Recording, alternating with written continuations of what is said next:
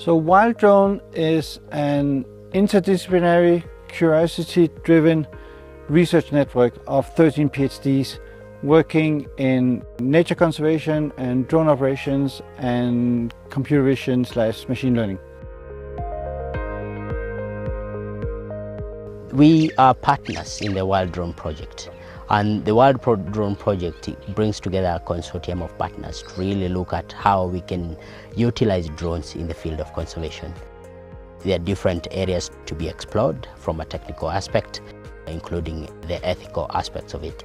And we're proud to be a hosting partner where students would come in and help tackle conservation challenges that we face on a day-to-day basis.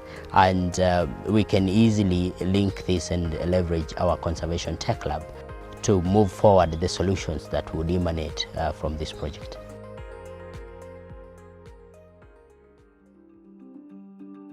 Computer vision has an application in conservation, and this is because humans would take a long time to really go through millions of images, and computer vision can be employed to, one, detect images, whether there is a species or not. It can go further to identify the species type, and even deeper to identify the individual species or the individual animal. The role of WildDrone is to look 5-10 years into the future and try and develop technology now that's going to revolutionize how we can use drones for nature conservation.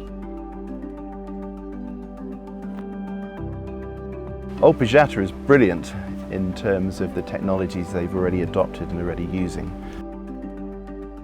I see drones as just part of a network of robotics working in parallel with the technologies they already have, which is going to vastly increase their ability to track, monitor and protect the animals that we have here.